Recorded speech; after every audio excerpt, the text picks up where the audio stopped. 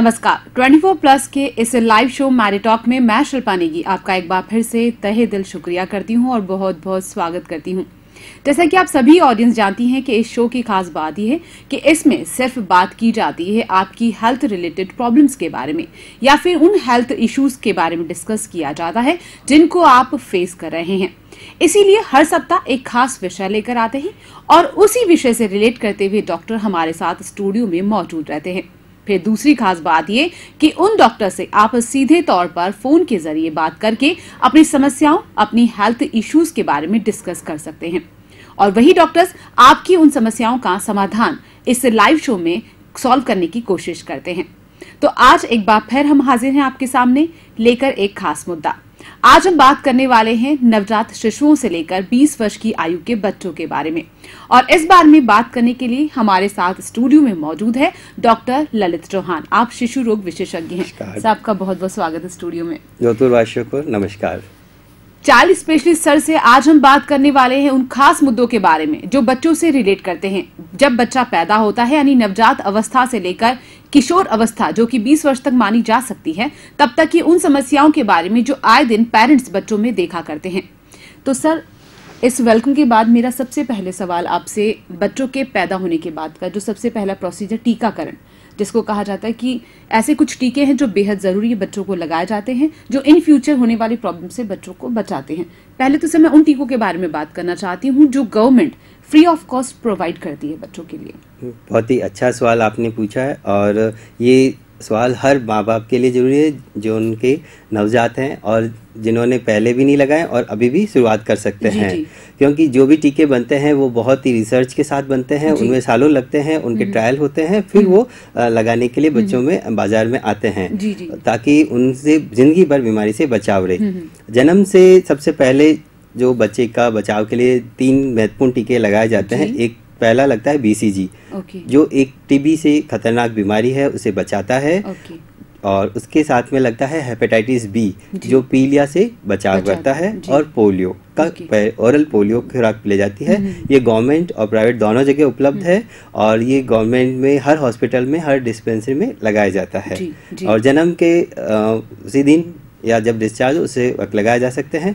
अगर किसी कारणवश किसी बच्चे के ये टीके रह जाते हैं या काफ़ी बार कहीं ऐसी जगह डिलीवरी हो जहाँ ये टीके उपलब्ध नहीं हो तो 1.5 महीने तक भी आप लगवा सकते हैं। ठीक है। और उसके बाद में जैसे जिनके और भी कहीं लगे हैं तो 5 साल से पहले आप ये लगवा सकते हैं। ठीक है। तो इन तीनों टीकों के बीच कोई टाइम ड्यूरेशन नहीं है? ये टीके फर्स्ट डोज कहलाती है, पहली दिन ही लगते हैं। जिसमें BCG का टीका कंधे पे लगता है, आपने देखा होगा। उनके बाद बच्चों के जो कंधे पे निशान रहता है ये इस टीके की निशानी है कि आपने लगा लिया है और इससे आपका इस बीमारी से बचाव हुआ है। ये जिंदगी में बचाव करता है। बड़े बड़े जो कॉम्प्लिकेशन होते हैं, TB एक बहुत खतरनाक है, वह किसी भी ऑर्गन को खराब कर सकती है, उससे बचाव करता है।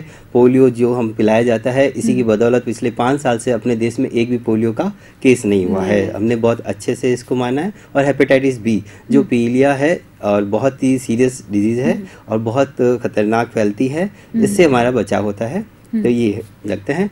और उसके बाद में जब हम बच्चा वापस आता है 1.5 महीने पे, 6 वीक्स कहते हैं, 1.5 महीने पे लगते हैं। उसमें एक DPT का टीका लगता है, डिप्थीरिया, पर्टुसिस, टिटनस। डिप्थीरिया जैसे गलघोटू बीमारी, बहुत ही खतरनाक बीमारी, जानलेवा है, होने के बाद में जान बचानी मुश्किल है। उसके लिए फिर एंटी सीरम चाहिए जो बहुत ही मुश्किल से मिलता है। और दूसरे नंबर है पर्टुसिस जिसे काली खांसी कहते हैं।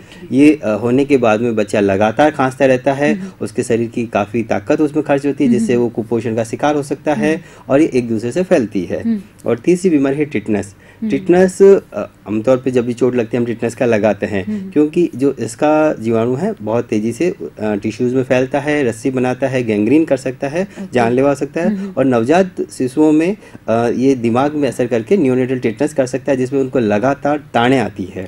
इसीलिए आपने देखा होगा जो भी गर्भवती महिलाएं हैं उनको हम टिटनस की 2 खुराक लगाई जाती है।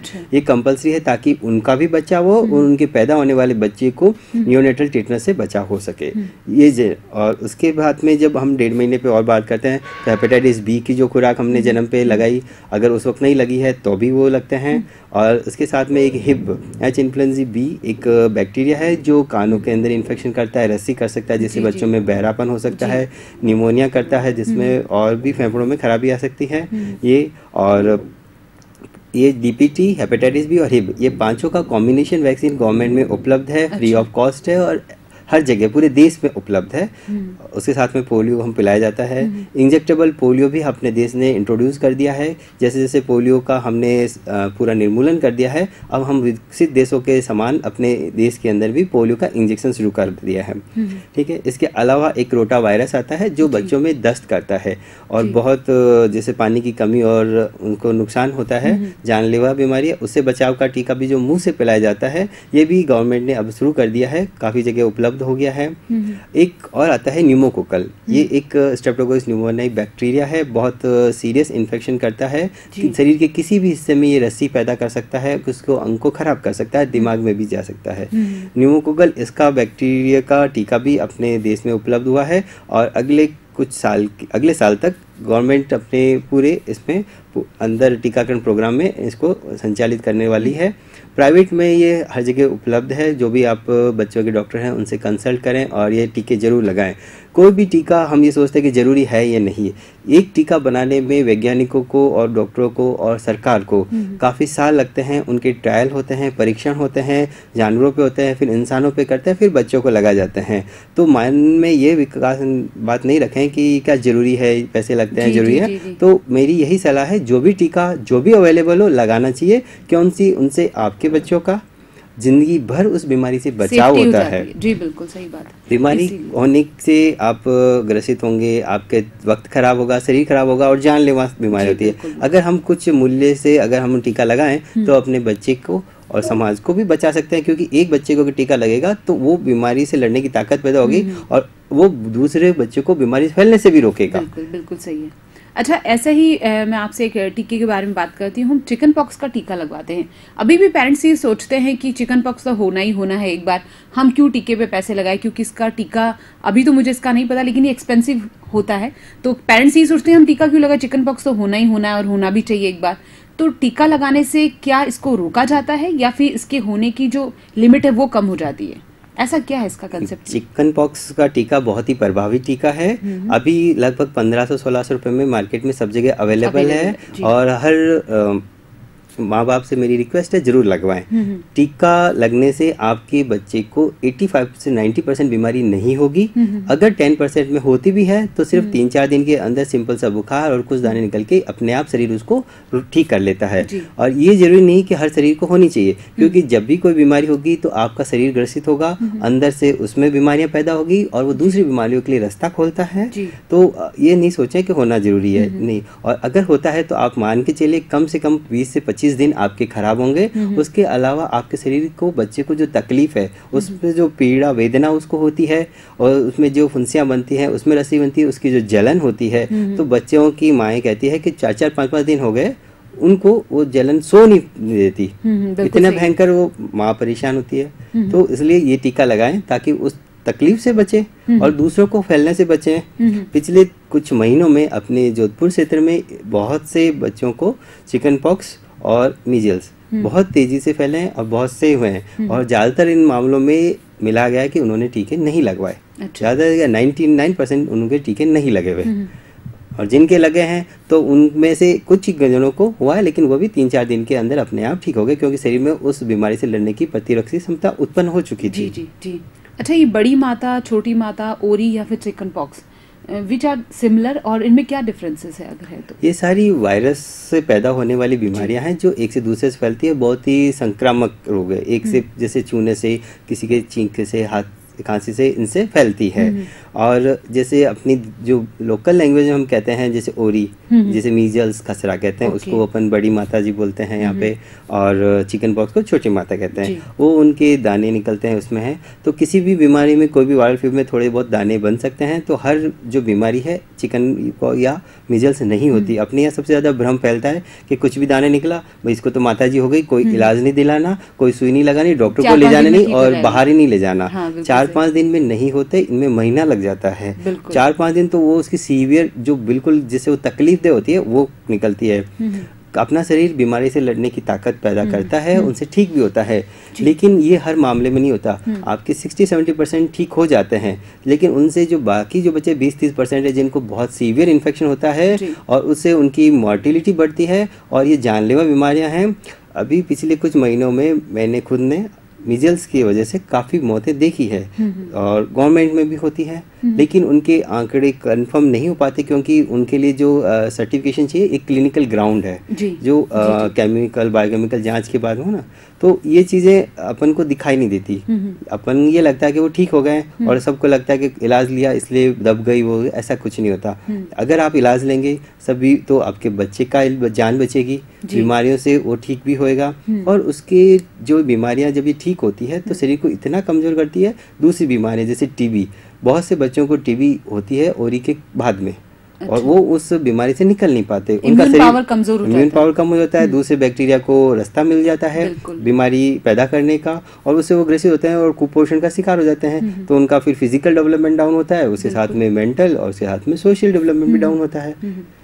अच्छा, जैसे हम टीके की बात कर रहे हैं कि या 1 से 5 साल में चिकन पॉक्स का टीका लगाया जा सकता है या उसके बाद, इसके लिए एज क्या डिसाइड होगी? चिकन पॉक्स का टीका 1 साल से बड़ी उम्र में कभी भी लगा सकते हैं, इनके लिए कोई एज लिमिट नहीं है। इसे लगाने के बाद श्योरिटी है कि आपको चिकन पॉक्स नहीं होगा या कम होगा? बहुत ही प्रभावी टीका है। 85-90% आपको बीमारी होगी ही नहीं। अगर होती भी है तो घबराए नहीं, आपके शरीर में उतनी ताकत पैदा हो रखी है कि आपको वो बीमारी कॉम्प्लिकेशन में नहीं जाएंगे। लेकिन कभी भी हो एक बार डॉक्टर से कंसल्ट जरूर करें कि आप जिसे चिकन पॉक्स मान रहे हैं वो चिकन पॉक्स है या नहीं। हेलो जी सर।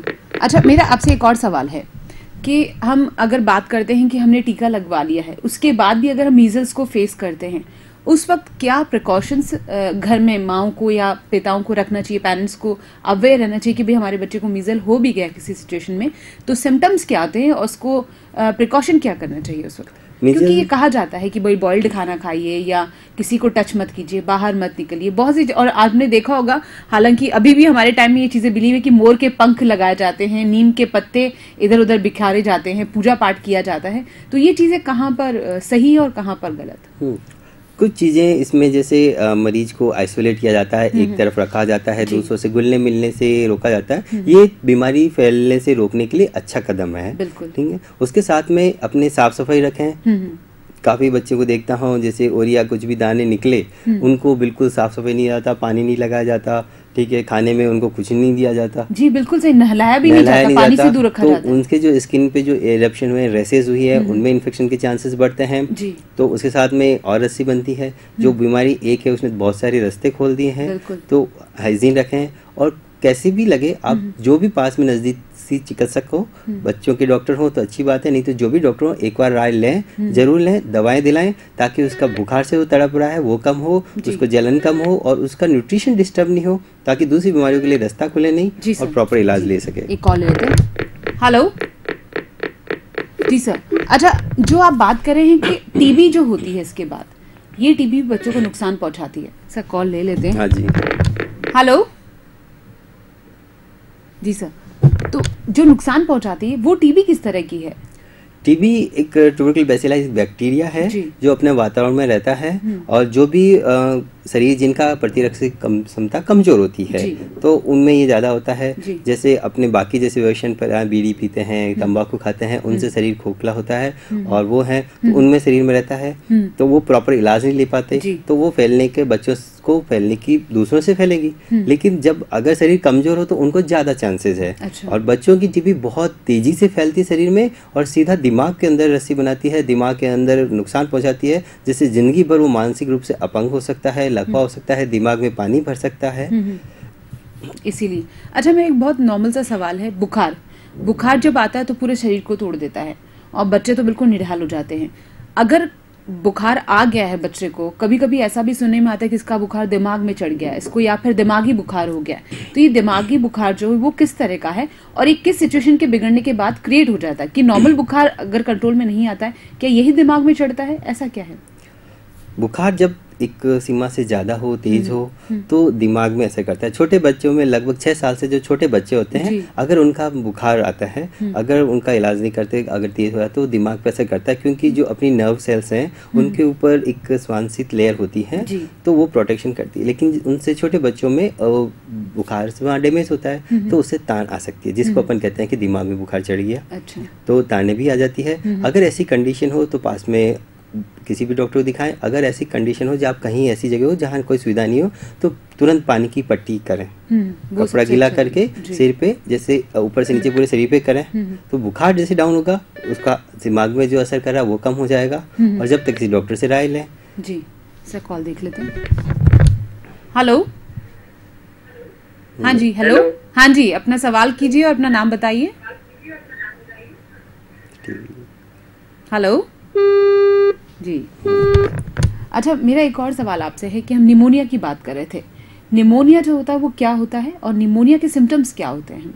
निमोनिया कोई भी फेफड़ों के अंदर किसी भी वायरस या बैक्टीरिया के द्वारा इन्फेक्शन होता है, तो वहाँ का जो टिश्यू है वो डैमेज होता है, जिसमें अपन की जो भी सांस लेते हैं, हवा का जो आदान प्रदान कहते हैं, वो डिस्टर्ब हो जाता है। और वहाँ पे पानी, रस्सी, सूजन ये जमा होता है। तो जो एरिया इन्वॉल्व हुआ है वो एक तरह से अपने काम नहीं कर पा रहा, जितनी अपन को सांस चाहिए। तो अपने शरीर की जो भी ऑक्सीजन की रिक्वायरमेंट है उसमें डिस्टर्बेंस आया, तो वो कम हुई, तो उससे सांस तेज चलती है, बुखार आ सकता है, खांसी हो सकती है, जो भी बलगम में कफ निकालने शरीर कोशिश करता है, खांसी आ सकता है। और अगर कोई ज़्यादा एरिया डिस्टर्ब हो गया तो सांस की तकलीफ होती है, जिसमें ऑक्सीजन लगाने की जरूरत पड़ सकती है। और उसमें अगर पस पड़ा तो पास में फेफड़ों में पानी भी भर सकता है। अच्छा, निमोनिया का अगर ट्रीटमेंट कर दिया जाए, जो बच्चों को अगर निमोनिया हो गया ट्रीटमेंट कर दिया जाए, क्या बाद में जब बच्चे बड़े हो जाते हैं इसका असर होता है? क्योंकि काफ़ी बार सुनने में आता है कि भाई मैं ज़्यादा सर्दी नहीं झेल सकता, जुकाम नहीं, क्योंकि मेरा बचपन में निमोनिया बिगड़ा हुआ है। तो क्या वाकई में बचपन की चीज़ आगे जाकर इफेक्ट करती है? Is it true?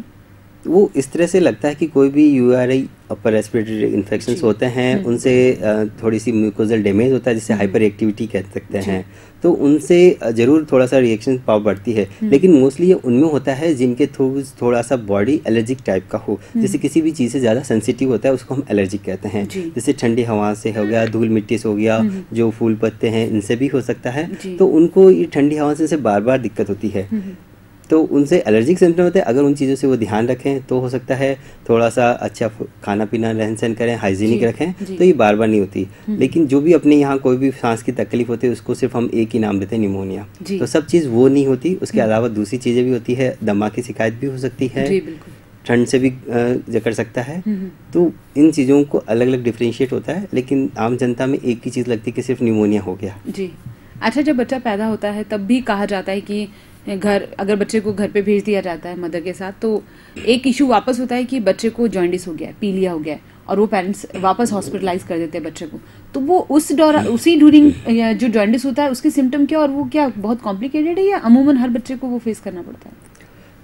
जो भी नवजात बच्चों में जन्म के बाद पीलिया इसलिए बनता है क्योंकि जो उनका लीवर है पूरी तरह से मैच्योर होने में 2-3 सप्ताह लगते हैं जन्म के बाद में। अच्छा। तो जो भी पित्त अपने शरीर में बनता है खून के टूटने से बनता है, वो पित्त डाइजेस्ट अपना लीवर करता है, उसमें एंजाइम्स होते हैं, वो उसको डाइजेस्ट करके स्टूल में या यूरिन में निकाल देते हैं। अगर शरीर की क्षमता से ज़्यादा पित्त बनता है, जन्म से पहले तो माँ के खून में चला जाता है, तो बच्चे के शरीर में उसका लक्षण नहीं आता, लेकिन जैसे जन्म के बाद में उसका लीवर जो है वो खुद उसको कंट्रोल करता है। अगर उस वक्त थोड़ा सा शरीर में किसी भी कारण से खून टूटने का कारण हो, या माँ और बच्चे का ब्लड ग्रुप नेगेटिव पॉजिटिव हो, कोई और बीमारी हो, उन चीज़ों में कोई इन्फेक्शन में वो चीज़ पित्त बनने की ज़्यादा हो जाती है, तो लीवर नहीं कर पाता। तो उसलिए कुछ दिनों में 1-2 वीक्स तक स्टार्टिंग में थोड़ा सा पीलिया हर बच्चे के होता है, मोस्टली लिमिट में रहता है, 70-80% में अपने आप ठीक हो जाता है। अच्छा। कुछ बच्चे होते हैं जिनका एक लिमिट से ज़्यादा लगता है, वो हम देखते हैं कि बच्चे का वजन कितना है, उसकी गेस्टेशनल एज कितनी है, और माँ और बच्चे का ब्लड ग्रुप क्या क्या है।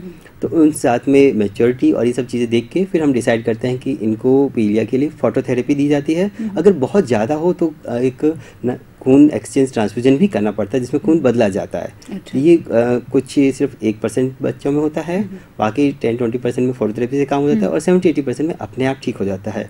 और ये भर्ती करना, ये करना, ये डॉक्टर्स पे रहता है। और उसकी ये है क्योंकि इसलिए इसका इलाज ज़रूरी है, क्योंकि जिस तरह से जो पित्त बनता है वो खून में दौड़ता हुआ दिमाग के हिस्सों में जम जाता है, तो फिर आगे जाके मानसिक विकास खराब हो जाता है। अच्छा। तो जिंदगी भर बच्चा मानसिक रूप से अपंग हो सकता है, किसी भी हिस्से में लकवा हो सकता है। तो दिमाग के लिए कभी भी अगर लगे तो एक बार जो भी पास में बच्चों के डॉक्टर हो आप राय जरूर लें, उनसे दिखाएं, वो जैसा कहें उनसे फॉलो करें, जो जांच करवाएं कराएं। आज हमारे साथ 24+ पर हमारे साथ बैठे हैं डॉक्टर ललित चौहान। आप शिशु रोग विशेषज्ञ हैं। अगर आपके जहन में कोई समस्या है 51099551 पर कॉल करके डॉक्टर साहब से आप बच्चों से रिलेटेड प्रॉब्लम के बारे में बात कर सकते हैं। अच्छा, मेरा आपसे एक और सवाल है कि जब बच्चा पैदा होता है तो स्तनपान उसके लिए सबसे जरूरी कड़ी है, वही उसे आगे के टाइम के लिए ग्रोथ करती है। 6 महीने बच्चों का स्तनपान बेहद जरूरी होता है। मैं चाहती हूँ कि आप दर्शकों को ये बताइए स्तनपान बेहद जरूरी क्यों है और किस तरह वो बच्चे को आगे डेवलप करने में सपोर्ट करता है।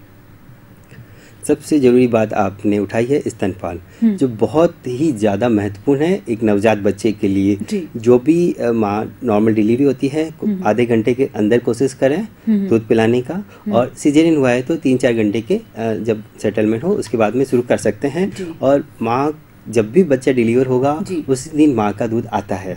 अपने एक भ्रम फैलता है कि 3 दिन तक दूध नहीं आता, ये सिर्फ एक भ्रम है। कुदरत ने इस तरह से बनाया है कि जब भी 6 मंथ्स की प्रेगनेंसी होती है उसके बाद में बॉडी उस तरह से प्रिपेयर हो जाती है कि कभी भी डिलीवरी हो बच्चों को माँ का दूध प्रिपेयर मिलता है। जरूरत है उसको छाती से लगाने की, दूध पिलाने की, और जितना माँ एफर्ट्स करेगी अपने आप दूध बढ़ता है। बच्चे जैसे खींचेगा तो माँ के बॉडी के अंदर भी ऑक्सीटोसिन रिफ्लेक्स स्टार्ट होता है जिससे दूध उतरता है। तो मेरी पूरी जनता से और सबसे निवेदन है कि जब भी डिलीवरी हो पहले दिन माँ की छाती से लगाएं और हर 2-2 घंटे से कोशिश करें दोनों साइड से करें। जैसे जैसे बच्चा खींचेगा अपने आप माँ का दूध मिलेगा, उसके लिए 3 दिन इंतजार करने की जरूरत नहीं।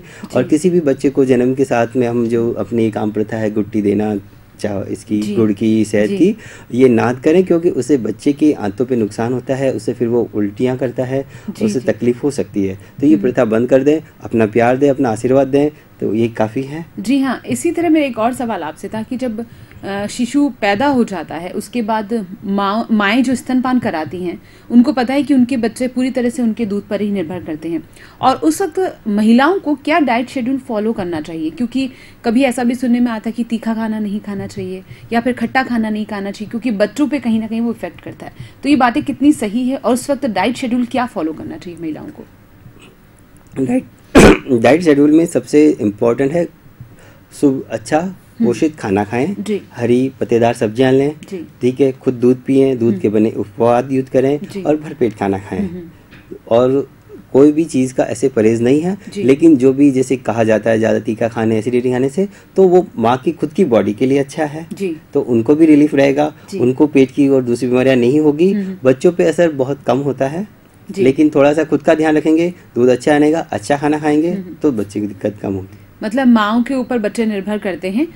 ऐसे ही बहुत सारे सवाल अभी हमारे पास है जो हम डॉक्टर साहब से बात करेंगे जिनके बारे में, और आपके कॉल्स का भी हमें वेट रहेगा। फिलहाल शो में वक्त हो चला है एक छोटे से ब्रेक का, तो हाजिर होते हैं छोटे से ब्रेक के बाद।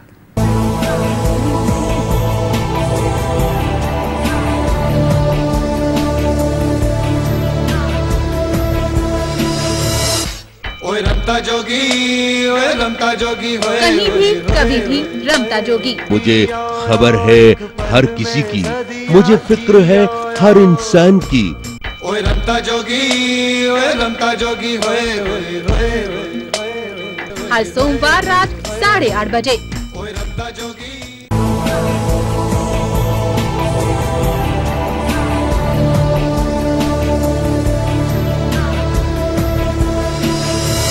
इस छोटे से ब्रेक के बाद एक बार फिर हाजिर हूँ मैं शिल्पा नेगी आपके लिए लेकर शो मैडी टॉक, जिसमें बात करते हैं आपसे हेल्थ रिलेटेड प्रॉब्लम्स के बारे में। और आज हमारे साथ है शिशु रोग विशेषज्ञ डॉक्टर ललित चौहान। आपका एक बार फिर से शो में बहुत बहुत स्वागत है सर।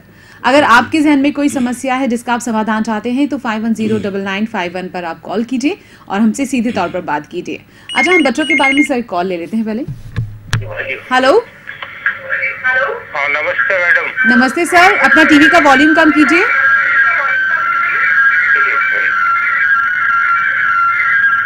जी सर, आपका हमारे शो में बहुत बहुत स्वागत है। जी क्या ये?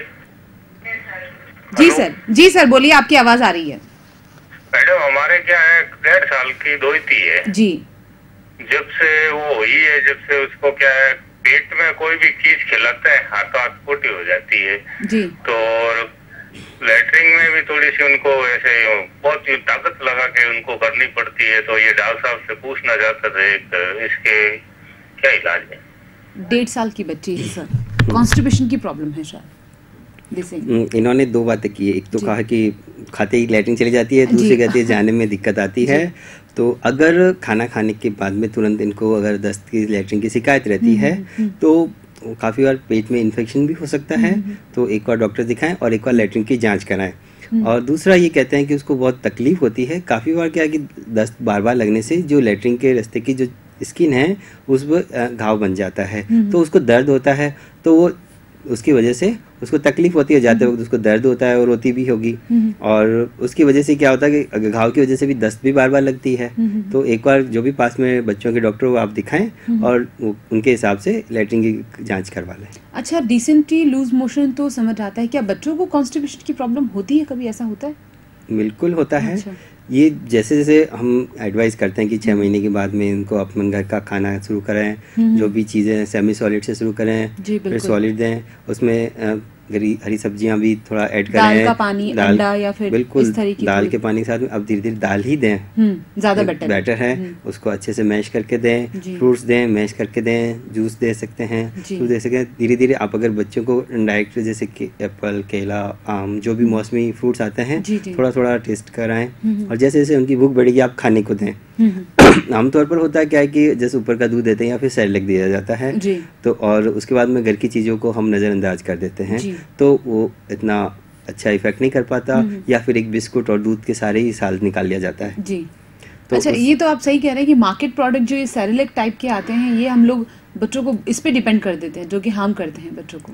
क्योंकि अपना जो जोधपुर का सबसे अच्छा खाना है और हम बिल्कुल स्वादिष्ट खाना खाते हैं और बहुत पोषक है उसमें, तो जहाँ तक है घर का शुरू करें। सेरेलैक एक प्रोप्राइटरी फूड है, प्रिपेयर्ड फूड है, उसको जस्ट इजी वे में प्रिपेयर करके दिया जाता है। अगर आप देते हैं तो उससे नुकसान नहीं है, लेकिन जो अपने घर का जो ज़्यादा खाना है सिचुएशनल कंडीशन कैसी उस पे डिपेंड करता है, तो उस पे डिपेंड नहीं रहे, हर बार अपने उसमें घर के खाने की आदत डालें जो उससे ज्यादा पोषक है और जो बिल्कुल ताजा बना हुआ है, और हमारे उसमें सब चीजें मिलती हैं, और धीरे धीरे हर चीज इंट्रोड्यूस करते हैं। जैसे जैसे बच्चे का टेस्ट अलग अलग चीजों का आएगा उसकी भूख बढ़ेगी, उसका वजन भी बढ़ेगा, क्योंकि सेरेलैक आप 1-1.5 साल तक दे सकते हैं, उसके बाद में हमें घर के फूड के आते हैं, तब बच्चा जिद्दी बन जाता है, ले नहीं पाता, तो ये टाइम से इंट्रोड्यूस करें। और जब उसमें जो हरी सब्जियां या कुछ भी फाइबर डाइट में जाएंगे तो पाचन अच्छा होगा और अपना आप कब्जी शिकायत ठीक हो जाएगी। जी। अच्छा, मेरा एक और सवाल है, जब बच्चा नवजात शिशु से 2 महीने, 4 महीने, 6 महीने अपनी उम्र लेता रहता है, दांत आने शुरू हो जाते हैं और उस वक्त उसे डिसेंट्री बहुत ज़्यादा हो जाती है, लूज मोशन बहुत ज़्यादा होते हैं, तो इनका क्या कनेक्शन है? दांत आते वक्त इस तरह का लूज मोशन होना एक नॉर्मल चीज़ है या कोई सीरियस मैटर रहता है? क्योंकि हर किसी को शिकायत रहती है। हम दांत आते हैं जब बच्चा हर चीज़ काटने का मन करता है, उसका हर चीज़ जो भी आसपास में जो भी चीज़ मिलती है, चाहे पेन है, अभी नई में मोबाइल है जी, तो जो आते हैं मुंह में डालता है, लेकिन हर चीज़ इतनी हाइजीनिक होती नहीं है, तो उससे पेट में इन्फेक्शन जाने का रहता है। तो उसकी वजह से हम जब देखते हैं कि बच्चा के दांत, हमें देखते हैं कि दांत आ रहे हैं इसलिए दस्त लग रहे हैं, लेकिन जो बच्चा मुंह में क्या डाल रहा है उस पर हमारा ध्यान नहीं रहता, और जो भी इन्फेक्शन का कारण है वो उसकी वजह से है जी। तो अगर हम वो ध्यान रखेंगे, थोड़ा साफ सफाई रखेंगे, वो चीज़ें क्या मुंह में डालता है, तो ये शिकायत होगी नहीं। अच्छा, डॉक्टर हमेशा सजेस्ट करते हैं कि बच्चों को बॉटल से दूध मत पिलाइए, चम्मच से दूध पिलाइए, उसके पीछे क्या रीज़न है? क्योंकि चम्मच जो हम यूज करते हैं स्टील के करते हैं, उनको हम अच्छे से क्लीन कर सकते हैं, और जो बॉटल्स होती हैं उनका जो निप्पल होता है रबर का होता है, और जिसको आप अगर देखेंगे तो उसमें बैक्टीरिया पनपने का रास्ता होता है, क्योंकि आप बॉयल करें उसके बाद में करें, लेकिन फिर भी कुछ टाइम पे दूध रहता ही है, ठीक है, तो वो उनमें बैक्टीरिया पनपते हैं और फिर बार बार वो मुंह के इन्फेक्शन करते हैं, और सांस की जो इन्फेक्शन होते हैं उन बच्चों में ज़्यादा होते हैं, इसलिए हम इनको अवॉइड करते हैं, क्योंकि एक बीमारी का रास्ता है।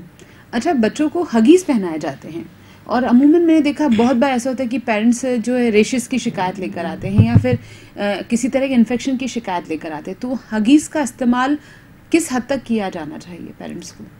हगीज का इस्तेमाल तब करें जब आपको उसकी ज़रूरत हो, जब आप उस पर ध्यान नहीं दे पाएँ, या कहीं बाहर जा रहे हैं उसमें करें, लेकिन हर 1 घंटे से चेक करते रहें कि वो सॉइल नहीं हो गया हो, गीला नहीं हो गया हो, पॉटी नहीं हो, क्योंकि अगर वो लंबे टाइम तक गीला रहता है और अगर वो पॉटी चला गया है तो वहाँ की स्किन गीलापन रहेगी, तो नमी रहती है, उसमें इन्फेक्शन लगते हैं। बिल्कुल ठीक है, और नमी से फंगल इन्फेक्शन होने का रहता है, और स्किन भी एलर्जिक हो जाती है, तो वहाँ रैशेस बनते हैं और उससे घाव भी हो सकता है। तो इन चीज़ों को जहाँ ज़रूरत हो तो ही यूज करें। बाकी अपने फेमस कॉटन डायपर जो अपन घर पे पोतड़ा कहते हैं, अच्छे से बिल्कुल ज़्यादा अच्छा रहता है। बच्चा जब पैदा होता है तो उसकी नाभि के पास नाल लगी होती है, वो नाल जब रिमूव हो जाती है धीरे धीरे, पेरेंट्स क्या करते हैं, उस पर तेल लगाते हैं, घी लगाते हैं, हल्दी लगाते हैं, ये किस हद तक सही है? देखो, कुदरत ने हर चीज़ अच्छे से बनाई है। हमें इस पे जब भी हम देखते हैं घी लगाया जाता है या तेल लगाया जाता है तो उसमें रस्सी पड़ने का खतरा ज़्यादा हो जाता है, तो उसको जितना हो सूखा ही रखें, कोई चीज़ लगाने की ज़रूरत नहीं है। नेचर ने अपने आप उसको ऐसा इन्वॉल्यूशन बनाया कि वो अपने आप सूख जाती है और पूरी स्किन अपने आप इन्वॉल्व हो जाती है और बिल्कुल ड्राई हो जाती है, उसमें किसी तरह का दर्द नहीं होता। लेकिन अगर हम साफ सफाई नहीं रखेंगे, घी लगाएंगे तो उससे मैल लगेगा, इन्फेक्शन होगा, तो वही रस्सी पड़ने का होता है। और काफ़ी बच्चों के जो स्किन जो परत सूख जानी चाहिए वो कच्ची रह जाती है, तो उसमें और आगे काफ़ी टाइम तक थोड़ा थोड़ा पानी और रस्सी रिश्ती रहती है। तो इसलिए सलाह है कि कुछ भी ना लगाएं, कभी कुछ भी डाउट लगे, ब्लड या रस्सी कुछ भी लगे, डॉक्टर से कंसल्ट करें कि तेल नहीं लगाएं। अच्छा, मेरा एक और सवाल है, अस्थमा की बात करते हैं। बच्चों में सर्दी जुकाम खांसी एक नॉर्मल चीज़ है, जो ऐसा कॉज है जो सदाबहार है, कभी भी हो सकता है। लेकिन अस्थमा होने के बाद जब डॉक्टर सजेस्ट करते हैं कि आप बच्चे को नेबुलाइज कीजिए, और पेरेंट्स की शिकायत रहती है कि बार बार नेबुलाइज करने से बच्चे की आदत बिगड़ती है, क्या इफेक्ट है? अगर बच्चे को नीडी है नेबुलाइज करना तो करना चाहिए या नहीं? बिल्कुल करना चाहिए। ये एक भ्रम है, इससे किसी तरह का कोई भी साइड इफेक्ट नहीं होता है। आप डॉक्टर की देखरेख में कराइए। एक दवाई देने का तरीका है, जब कभी हम ज़्यादा उल्टी हो रही होती है या कुछ कर खाने पीने में नहीं कर पाते तो हमारे शरीर में उतनी फ्लूइड नहीं जाती, तो हम एक IV ड्रिप लगाते हैं, ग्लूकोज चढ़ाते हैं। अच्छा। जब जरूरत होती है तब चढ़ा जाता है, लेकिन उसकी आदत नहीं बनती। उसी तरह नेबुलाइजेशन एक दवाई देने का तरीका है। जब हमारे शरीर को तकलीफ इतनी ज़्यादा है कि हमें तुरंत आराम चाहिए, तो उन बच्चों को नेबुलाइज दिया जाता है। तो उस नेबुलाइज करने से आपके बच्चे को रिलीफ होगा, तकलीफ में आराम मिलेगा, उसको सांस लेने में आराम मिलेगा, तो उसके लिए अच्छी चीज़ है। जब जरूरत होता है, कोई डॉक्टर एडवाइस करता है तो जरूर करना चाहिए। उसमें किसी तरह का अपना भ्रम नहीं लगाना चाहिए कि इसे आदत बन जाएगी, वो बन जाएगी, क्योंकि वो ऑलरेडी तकलीफ में है। एक दवाई देने का तरीका है, चाहे आप मुंह से पिलाते दवाई, वही नेबुलाइजेशन में वैसे ही मॉलिक्यूल जाता है, एक दवाई देने का तरीका है। लेकिन उससे किसी तरह का फेफड़ों में कोई नुकसान नहीं होता, किसी तरह की कोई फेफड़े गलते नहीं है, और न उससे आदत बनती है। तकलीफ अगर किसी बच्चे को सेंसिटिविटी ज़्यादा है, ठंडी हवाओं से, धूल मिट्टी से बार बार, जैसे हम जिसको बार बार होने को हम कहते हैं अस्थमा, जिसमें सांस नलियाँ सिकुड़ जाती है। एक नॉर्मल सांस नली जैसे 100% एयर दे रही है, अगर वो सिकुड़ गई है किसी भी कारण से, तो उसका ऑक्सीजन का कैपेसिटी जो निकल रही है वो कम हो गई। अगर हम जब नेबुलाइज करेंगे तो वो डायरेक्ट वहाँ जाके इफेक्ट करेगी, उसका कोई साइड इफेक्ट नहीं है, और दवाई की मात्रा बहुत कम जाती है। नेबुलाइजेशन में मुश्किल से 3 to 5% तक ही मेडिसिन जाती है, इससे भी कम जाती है, लेकिन उसका रिजल्ट इतना अच्छा मिलता है कि बच्चे को तुरंत आराम आता है। तो अगर कोई भी डॉक्टर आपको एडवाइस करता है तो वो आपके बच्चे की तकलीफ के लिए करता है, तो उसे डॉक्टर की सलाह मान के करें ताकि आपके बच्चे को आराम मिले। नेबुलाइजेशन में जो मशीन यूज़ होती है, उसके जो पार्ट्स होते हैं, मास्क होता है या ट्यूब्स होती हैं, जो भी बैटरीज होती हैं, अगर एक ही बच्चे से दूसरा बच्चा यूज़ करता है तो क्या वो पार्ट्स बदले जाने चाहिए या वो सेफ रहते हैं? नहीं, बदलने जाए चाहिए। कुछ नेबुलाइजर्स आते हैं जिनमें पूरी ट्यूबिंग अलग आती है, हर बच्चा अपनी अलग रख सकता है, और कुछ जैसे अल्ट्रासोनिक टाइप के नेबुलाइजर आते हैं तो उनका मेन तो ट्यूबिंग तो वही रहती है, लेकिन जो मास्क है वो प्रॉपर क्लीन होना चाहिए। उसको आप डिसइंफेक्टेंट से क्लीन कर सकते हैं, कोई भी सैनिटाइजर से यूज़ कर सकते हैं। अच्छा, एक और बात है, हम लोग जब बच्चों को घर में नॉर्मल खांसी सर्दी जुकाम होता है तो घर से मार्केट से कोई भी दवाई उठा के पिला देते हैं, और जो सिरप्स आते हैं वो भी एंटीबायोटिक्स आते हैं। क्या ओवर द काउंटर जाकर बच्चों को अपनी तरफ से ही कोई दवाई पिला देना सेफ है? क्योंकि आजकल तो टीवी पर दवाइयों के भी इतने पॉपुलर एड्स आते हैं कि हम वही देखकर प्रिस्क्रिप्शन नहीं लेते, उन्हीं को फॉलो कर लेते हैं, वही सिर्फ बच्चों को पिला देते हैं। तो क्या ये सही है? नहीं, बिल्कुल गलत है। क्योंकि हम जब देखते हैं एक बीमारी का एक देखते नज़रिए से, वो बीमारी शरीर में कितनी फैली हुई है ये किसी डॉक्टर से डिसाइड करवाएं, अपने हिसाब से एक ना करें। क्योंकि कुछ बीमारियां दिखने में तो आपको शुरुआती दौर में वैसी लगती है, लेकिन वो अंदर जाके कितनी तकलीफ दे सकती है तो वो अपन डिसाइड ना करें। और जो ओवर द काउंटर ड्राई दवाएं जो मिलती है, जो ट्यूब में ऐड आता है, उनका कोई साइड इफेक्ट प्रोफाइल आपको नहीं पता।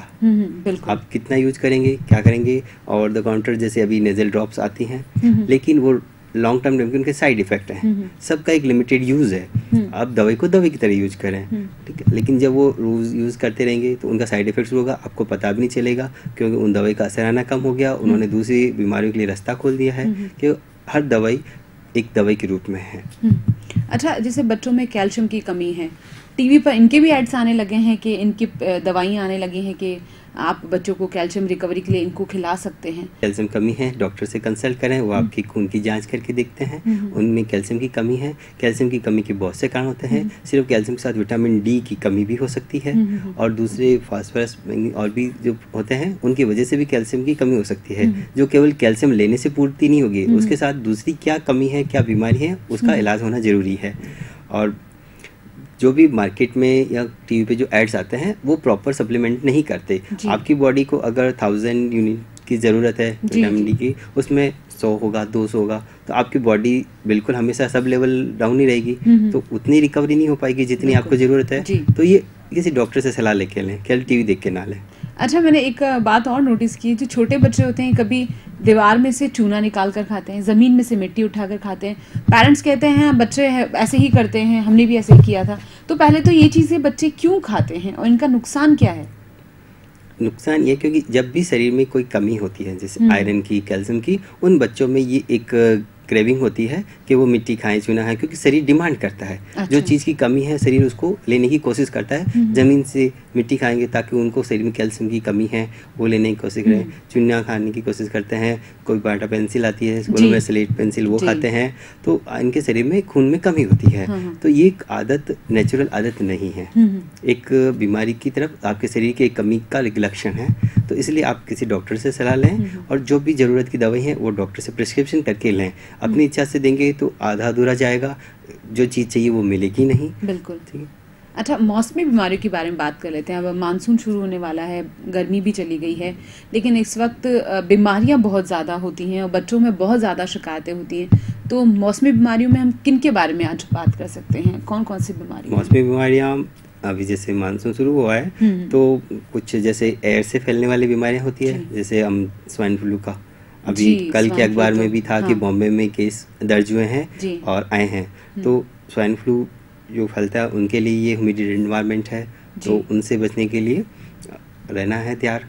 दूसरा वाटर बॉर्न डिजीज, बारिश का पानी है, काफ़ी जगह मिक्सिंग होता है जो हम पानी पीते हैं, तो जो भी पानी से बीमारियां हैं, जैसे आपने नाम लिया लूज मोशन का, डिसेंट्री का, टाइफाइड का, ठीक है, कॉलेरा का, जॉन्डिस, ये सारी पानी से फैलने वाली बीमारियां हैं। तो इन मौसम के साथ ज़्यादा होती है, क्योंकि जो भी इनके कारण है वेक्टर्स, वायरस है, बैक्टीरिया, उनको रास्ता मिलता है फैलने का।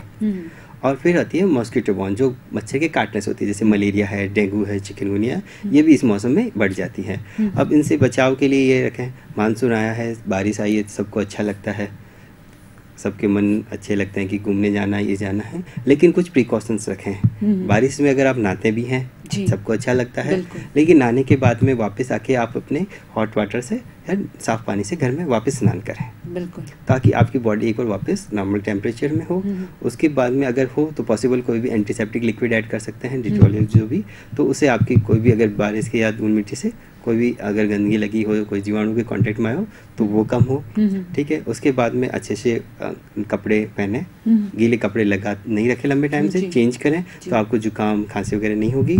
अगर आपने बाल गीले किए हैं तो एसी के पास, कूलर के पास नहीं बैठे, उससे भी आपको जुकाम वगैरह होगा। तो प्रॉपर ड्राई करें और कपड़े पहने, कॉटन में पहने, और लूज कपड़ा, बिल्कुल टाइट फिट ना पहने, तो आपको भी नमी नहीं रहेगी। टाइट कपड़े पहने से नमी रहेगी तो उसमें फंगस पैदा होने का रहता है, जिससे आपको दाद वगैरह हो सकते हैं। तो उन चीज़ों से भी आप ध्यान रखें, और घर का बना हुआ ताज़ा खाना खाएं, गर्म खाना खाएं, तो शरीर में जो भी बारिश के पानी से शरीर में ठंडक आई लगती है तो वो वापस नॉर्मल टेम्परेचर हो, ताकि शरीर बीमारियों के लिए ना खुले। ठीक है। उसके बाद में खाने का है तो बारिश में बाहर खाने का आप अवॉइड करें, जो भी कोशिश करें घर पे बना हो, या कोई भी ऐसी जगह बाहर खाएं जहाँ हाइजीन अच्छी हो, कोई भी होटल में या यहाँ पे खाएं। सड़क पे चलते वहाँ से जहाँ तक को अवॉइड करें, जहाँ पे देखेंगे वो फूड हैंडलर से अपने कैसे हाथ उनके आपको फूड कैसे कर लेते हैं, उन चीज़ों का भी ध्यान रखें। और खाने में भरपूर खाना खाएं, मौसम के हिसाब से फ्रूट्स वगैरह सब लें, ये ध्यान रखें। और घर में मच्छरदानी का उपयोग करें, मॉस्किटो रिपेलेंट्स आते हैं, बच्चे भी देखते हैं बाहर जाते हैं, घास में खेलते हैं, घास उगती है तो मच्छर काटते हैं तो काफ़ी उनमें इन्फेक्शन लग जाता है। तो रिपेलेंट्स यूज करें, बाहर जाते हैं घर में सारी खिड़कियों पे जाली लगवा के रखें, वायर रखें, और जैसे भी मॉस्किटो रिपेलेंट्स अपने गुड नाइट हैं, मॉर्टिन हैं, जो भी हैं उनको यूज करें, क्योंकि उनसे अपने मलेरिया, डेंगू जैसी खतरनाक बीमारियों से बचाव होता है। तो ये भी रहेगा। और कहीं भी बारिश के मौसम में पानी जमा होता है, कोई भी ऐसे कंटेनर हो, मटकियाँ टूटी हुई प्राय जो भी हैं उनको खाली करें, पानी बदलना चाहिए। घर में अगर फ्लावर वॉश रखते हैं हम, उनका पानी भी चेंज करते हैं, जैसे मनी प्लांट वगैरह कुछ भी रखते हैं, पानी चेंज करता रहें, क्योंकि वहाँ पे मच्छर अपने अंडे देते हैं, उनसे वापस मच्छर पैदा होते हैं और बीमारियाँ करते हैं। तो जितना साफ सफाई रखें, ड्राई क्लीन रखें और चेंज करते रहें, पानी को कहीं भी जमा होने देंगे तो इन बीमारियों से बचाव हो जाएगा। अच्छा, मेरा एक और सवाल है, जो हम घर में पानी पीते हैं, आजकल तो प्यूरिफाई आ गए हैं पानी को शुद्ध करने के लिए, लेकिन अभी भी ऐसे काफ़ी घर हैं जो इन प्योरिटी या प्योरीफाई जैसे को फॉलो नहीं करते हैं, कपड़े से छान कर पानी को पी लेते हैं। क्या वो पानी नुकसान करता है बच्चों को? देखिए, अगर जैसे गवर्नमेंट सप्लाई का आता है तो हम ये विश्वास करते हैं कि गवर्नमेंट उसमें प्रॉपर क्लोरिनेशन करती है। क्लोरीन से वायरस बैक्टीरिया काफ़ी ख़त्म हो जाते हैं, मर जाते हैं। तो पहले जब भी पानी आए उसको अच्छे से छान के करें। अगर आपको जब भी लगता है कि पानी में कोई पर्टिकुलेट मैटर है या कोई पीलापन आ रहा है, तो एक बार जो भी जलदायु कर्मचारी उनसे बात करें, ताकि प्रॉपर क्लोरिनेशन हो रहा है नहीं हो रहा है। और घर के लिए अगर ऐसा कुछ भी लगता है, उस पानी को बॉईल करके लें और अच्छे से फिल्टर कपड़े जो आते हैं, रेडीमेड भी आते हैं, उनसे अच्छे से प्रॉपर 2 बार छान के पिएं, ठीक है। और अगर फिर भी लगता है तो क्लोरीन टैबलेट्स भी आती है या फिर लाल दवा आती है, जहाँ पे अगर मास्क आपको करना हो तो उसका यूज कर सकते हैं, जिससे काफ़ी हद तक बीमारी से हम बच सकते हैं घर पे। बच्चों के दांतों में ना एक अजीब ढंग का पीलापन होता है, क्योंकि बच्चे मोस्ट ऑफ चाय नहीं पीते हैं, फिर भी एक और सफ़ेदपन होता है, एक ऐसे दाग होते हैं जो दांतों में अलग से दिखते हैं, वो किस वजह से होते हैं? कुछ दांत, जैसे आप बताएं, बच्चे ब्रशिंग नहीं करते, तो खाने में जो भी खाना खाते हैं, चॉकलेट्स ज़्यादा खाते हैं, तो कुछ मीठी चीज़ें लगी रहती है, तो उसमें बैक्टीरिया, जीवाणु उत्पन्न होते हैं, वो आसपास के डैमेज करते हैं, एनिमल डैमेज होता है, तो उसमें भी जो वाइट आप कह रहे हो वो हो सकता है। और फिर अगर हम जैसे कुछ एरिया में पानी, जैसे आप कहते हैं फ्लोराइड की अधिकता वगैरह उस तरह का, तो उनका भी रह सकता है। तो थोड़ा सा वो देखें कि कहाँ से हो रहा है, तो एरिया वाइज सबका अलग अलग कारण रहेगा। अच्छा, बच्चों में छालों की बहुत शिकायत रहती है कि बच्चों के मुंह में छाले बहुत हो जाते हैं। बच्चों में छाले होने की रीज़न क्या है? कॉन्स्टिपेशन भी कहीं कहीं रिलेट करता है? कॉन्स्टिपेशन जैसे वो सबके रिलेशन में इसलिए आता है क्योंकि हम जब कोई भी अच्छी न्यूट्रिशियस डाइट लें, हरी सब्जियां लें, तो उसमें फाइबर्स भी मिलते हैं, विटामिन भी मिलते हैं, जो अपने म्यूकोजल ग्रोथ के लिए ज़रूरी हैं। और कुछ वायरल इन्फेक्शंस भी होते हैं जो भी छाले करते हैं। अगर आप हाइजीन नहीं रखते तो कैंडिड, ये फंगस होती है, वो भी ग्रो कर देती है। अच्छा। तो इन सबसे बचने के लिए एक तो डेंटल हाइजीन, मुंह की हाइजीन अच्छे से रखें, क्लीनिंग रखें। अब ऑरल हाइजीन रखेंगे तो आपको इन बीमारियों से नहीं होगा। अपनी डाइट अच्छी रखेंगे तो आपकी सारी बीमारियां दूर हो जाएगी, विटामिन मिलेंगे तो ये छाले बनने का नहीं रहेगा। अच्छा, नवजात बच्चों के बारे में मेरा एक और सवाल है। जब बच्चों को दूध पिलाया जाता है तो वो उल्टियाँ बहुत करते हैं। हर बच्चा नहीं करता, लेकिन पेरेंट्स यही सोचते हैं कि भाई हमारा बच्चा आफ्टर फीडिंग बहुत ज़्यादा उल्टियाँ करता है। तो आफ्टर फीडिंग बार बार उल्टियाँ करने का रीज़न क्या होता है? ये कोई बीमारी है? कुछ जैसे भी आप जब भी दूध पिलाएं जी, 10-15 मिनट तक जो भी आप दूध पिलाएं, उसके बाद बच्चा अगर सो जाता है तो थोड़ा सा कंधे पे लेके बर्पिंग करें। क्या होता है कि जब बच्चा दूध पीता है तो दूध के साथ में वो थोड़ी एयर भी शक करता है जी। तो वो जैसे ही आपने दूध पिला के लेटाया तो एयर अपने रास्ते से बाहर निकलने की कोशिश करती है, तो उस वक्त थोड़ा सा बाहर निकालते हैं। तो ये नेचुरल प्रोसेस है, जैसे मारवाड़ी में अपन गुलना कहते हैं। तो इसके लिए आप अगर कंधे पे लेके 10-15 मिनट थपके रहेंगे तो थोड़ा सा निकालेगा और कम हो जाएगी कंडीशन। और अगर बच्ची के साथ में अगर उसका वजन अच्छा बढ़ रहा है तो कोई दिक्कत नहीं, लेकिन आपको लगता है कि दूध आप माँ अच्छा पिला रही है, उसके साथ में बच्चे का वजन भी कम होता जा रहा है, जितना बढ़ना चाहिए नहीं बढ़ रहा है, तो फिर किसी भी डॉक्टर से जरूर कंसल्ट करें, फिर और कोई प्रॉब्लम नहीं हो। जो महिलाएं बच्चों को लेट कर स्तनपान कराती है वो क्या है, वो कितना सही है? या स्तनपान कराने का बैठने का तरीका या लेटने का तरीका क्या होना चाहिए? माँ किसी भी पोजीशन में फीडिंग करा सकती है। जी। बच्चे को दूध पिलाने के लिए प्रॉपर अटैचमेंट जरूरी है। माँ की पोजीशन से कोई ज़्यादा फर्क नहीं पड़ता है। माँ जिस पोजीशन में कंफर्टेबल रहती है तो बैठ के पिला सकती है, अगर लेटे हुए भी अगर पिलाती है तो उसमें कोई हार्म नहीं है। अच्छा, मेरा एक और सवाल है कि माताओं को बच्चों को हाइजीनिक तौर पर साफ सुथरा रखने के लिए कैसे अवेयर रहना चाहिए, छोटे बच्चों को खास तौर पर, जैसे कि गर्मी में क्या बच्चों को डेली नहलाना या मालिश करना, क्योंकि आजकल तो क्या है कि मालिश करने के लिए भी महिलाएं घर पर आती हैं जो बच्चों की मालिश करती हैं, उसका क्या तरीका होना चाहिए, क्योंकि वो बहुत एक नॉर्मल मालिश नहीं होती है, स्पेशली उसके लिए बुलाई जाती है, तो उसमें कोई तरीका है कि सेफ जोन रहे, बच्चों में किसी तरह का कोई नुकसान होने का डर तो नहीं रहता है?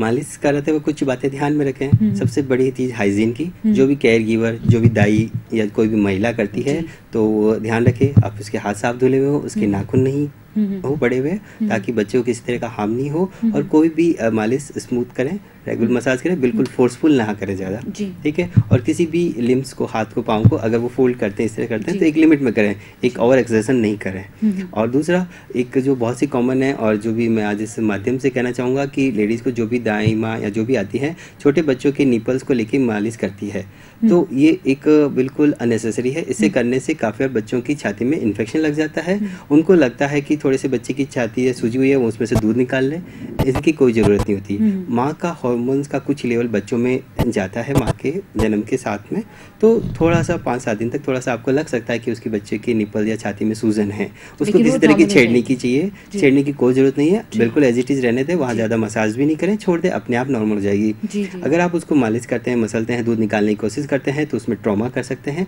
इन्फेक्शन कर सकते हैं, जिससे कुछ बच्चों की छाती में रस्सी भी बनती है। ऐसे बहुत से बच्चे आते हैं जिसमें दाईमान कोशिश की दूध निकालने की, इसकी कोई ज़रूरत नहीं है, बिल्कुल गलत चीज़ है, कभी ना करें, और किसी भी महिला को ये मना करें कि ऐसा ना करें।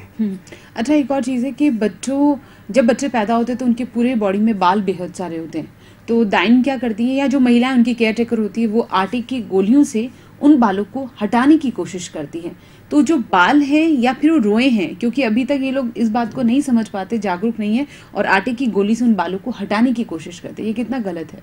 ये बिल्कुल गलत है, क्योंकि जो कुदरत ने, भगवान ने प्रोटेक्शन बनाया है बालों का एक आवरण देके शरीर पे, क्योंकि बच्चा माँ के पेट में रहता है, पानी में रहता है, लेकिन उसकी स्किन पे एक तो वर्निक्स जो वाइट आपने देखा होगा, वो उसको स्किन की प्रोटेक्शन के लिए है, उसकी लेयर की प्रोटेक्शन है, बालें उसके लिए है ताकि उसको बचा सके, थोड़ी सी गर्मी दे सके, एहसास कर सके, तो उनको हटाने की जरूरत नहीं है। अपना शरीर उनको अलग से अपने आप बिल्कुल कर देगा। स्किन की कवरिंग जैसे रोज नहीं बनती है, तो वैसे भी बालों की ग्रोथ अपने आप उम्र के साथ चेंज हो जाएगी, तो उनको निकालने की कोई जरूरत नहीं है। जी। अच्छा, बच्चों को काजल बहुत लगाया जाता है कि बच्चों को नजर लगने का डर होता है, आंखों में बहुत ज्यादा काजल भर दिया जाता है, ये कितना गलत है? ये कॉस्मेटिक रीजन से तो आप करते हैं, लेकिन बच्चों के लिए इन्फेक्शन का एक रास्ता है, तो जहाँ तक हो सके अवॉइड करें। आपको टीका लगाना है, सिर पे लगा दें, आंखों में नहीं लगाए नजर का टीका, क्योंकि आपने जब हाथ लगते हैं, हम पूरी हाइजीन नहीं कर पाते हैं, जैसा हाथ है वैसा लगा दिया, उससे आंखों के इन्फेक्शन होते हैं। आंखों में इन्फेक्शन अगर बढ़ने से आंखों की नज़र कम जा सकती है, अंदर इन्फेक्शन लग सकता है, दूसरी बीमारियाँ हो सकती है। तो जहाँ तक कोशिश करें छोटे बच्चों में आंखों में काजल नहीं डालें। अच्छा, बच्चों की मालिश की बात की जाए तो क्या कोई ऐसा सजेस्ट करना चाहेंगे आप कि किस तेल से मालिश की जाए, या फिर कोई भी नॉर्मल तेल से आप बच्चे की मालिश करें, वो मैटर नहीं करता है? मालिश के लिए सिंपल हल्का तेल यूज करें। घी करते हैं, लेकिन घी से क्या है कि थोड़ा सा स्किन के इन्फेक्शन और रेसेस बढ़ते हैं, क्योंकि वो इतना जल्दी एब्जॉर्ब नहीं होता। आप सिंपल तेल, नारियल का तेल यूज कर सकते हैं, ऑलिव ऑयल यूज कर सकते हैं, काफ़ी कर सकते। बाजार में दूसरे ऑयल्स भी अवेलेबल हैं, बहुत सी कंपनियों के हैं, लेकिन सब परफ्यूम बेस्ड होती है। तो किसी भी अगर आप ऐसा प्रोडक्ट यूज करते हैं तो 1-2 दिन पहले बॉडी के जैसे लोअर पार्ट्स में, पाँव में कहीं लगा के देखें कि उससे कोई बॉडी में रेसेस बन रही है, नहीं बन रही है, क्योंकि वो एलर्जी का रास्ता खुलते हैं। जी। अच्छा, अगर एक महिला को ये सजेशन दिया जाए कि वो नवजात बच्चे को बेहतर ढंग से किस तरह संभाल सकती है, तो आप महिलाओं को क्या सजेशंस देना चाहेंगे? महिलाओं को ये सजेशन करता हूँ कि जो भी माताएं सुन रही हैं, सबसे पहले अपने बच्चे को साफ़ सफाई रखें, ड्राई क्लीन रखें, और दूसरा उसको ब्रेस्ट फीडिंग दें। हमारे यहाँ सबसे ज़्यादा जो इंपॉर्टेंट चीज़ है ब्रेस्ट फीडिंग, उसको अवॉइड कर देते हैं। जन्म के बाद में 3-3 दिन तक माँ पास में नहीं रखती है, पिलाती नहीं है, ऊपर का दूध पिलाने की शुरू करती है, गुटकियाँ शुरू करती हैं, बकरी का दूध, इन सबको अवॉइड करें। बच्चे का अधिकार है माँ का दूध, और वो सबसे सर्वोत्तम आहार है, वही दें, उसमें सब कुछ मिल जाता है। पिछली बार हमने मैम से, जब हमारे स्टूडियो में मैम भी आई थी, हमने यही बात कही थी कि जितना बच्चे को भावनात्मक लगाव माँ से मिलता है वो किसी से नहीं मिलता, तो जितना अटैचमेंट माँ से रहे उतना बेहतर है। आज आप स्टूडियो में आए सर, और आपने इतने सारे कंसेप्ट क्लियर किए, बच्चों के बारे में हमें इतनी इन्फॉर्मेशन मिली। थैंक यू सो मच कि आप स्टूडियो में पधारे सर। Thank you. आज हमारे साथ डॉक्टर ललित चौहान थे, शिशु रोग विशेषज्ञ। उनसे हमने बच्चों की समस्याओं के बारे में बात की। अगले सप्ताह मैं शिल्पा नेगी एक बार फिर हाजिर रहूंगी मैरी टॉक में। तब तक के लिए दीजिए आप मुझे इजाजत। नमस्कार।